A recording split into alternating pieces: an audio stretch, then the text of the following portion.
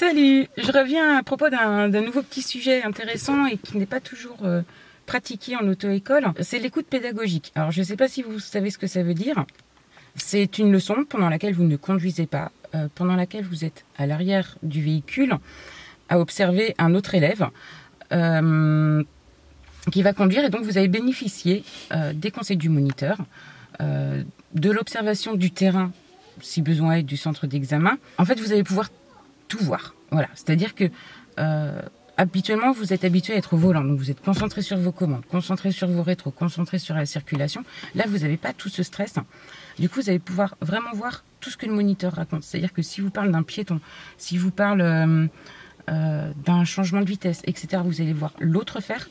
Vous allez entendre la correction, ça va beaucoup vous aider. Ça va vous permettre d'assimiler beaucoup plus facilement puisque votre cerveau ne sera tout simplement pas stressé. Du coup, profitez-en si c'est disponible dans votre auto-école pour en faire. Prenez privé, en général, vos moniteurs vont vous le dire, mais il va falloir aller avec un élève qui est déjà pas mal avancé dans ses leçons. Il va falloir y aller donc sur 16 heures à lui, donc il va falloir vous rendre disponible pendant 1 ou 2 heures. Donc je sais que quelquefois ça peut paraître long et un peu rébarbatif pour pas utiliser le mot chiant. Quoi qu'il en soit, vous allez vraiment, une fois que vous aurez fini votre leçon, vous direz oui, c'était efficace, c'était pratique. J'ai compris plein de choses que j'avais pas vues auparavant.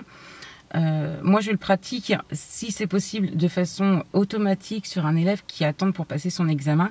Comme ça, il va pouvoir, ne serait-ce que visualiser certains parcours ou certains détails, voir également la conduite d'un autre élève, voir son niveau. Ça va le rassurer aussi en se disant, bah oui, moi, je vais passer le permis, lui, pas encore. Voilà, en tout cas, ça rassure et j'ai jamais eu un seul élève qui m'a dit à la sortie, c'est nul ton truc, j'ai pas envie de revenir. En règle générale, ils sont d'accord pour revenir parce que en plus, c'est gratuit. Certaines auto-écoles le font payer, je le sais. Je vous parlerai dans un autre document justement des arnaques ou des abus des auto-écoles.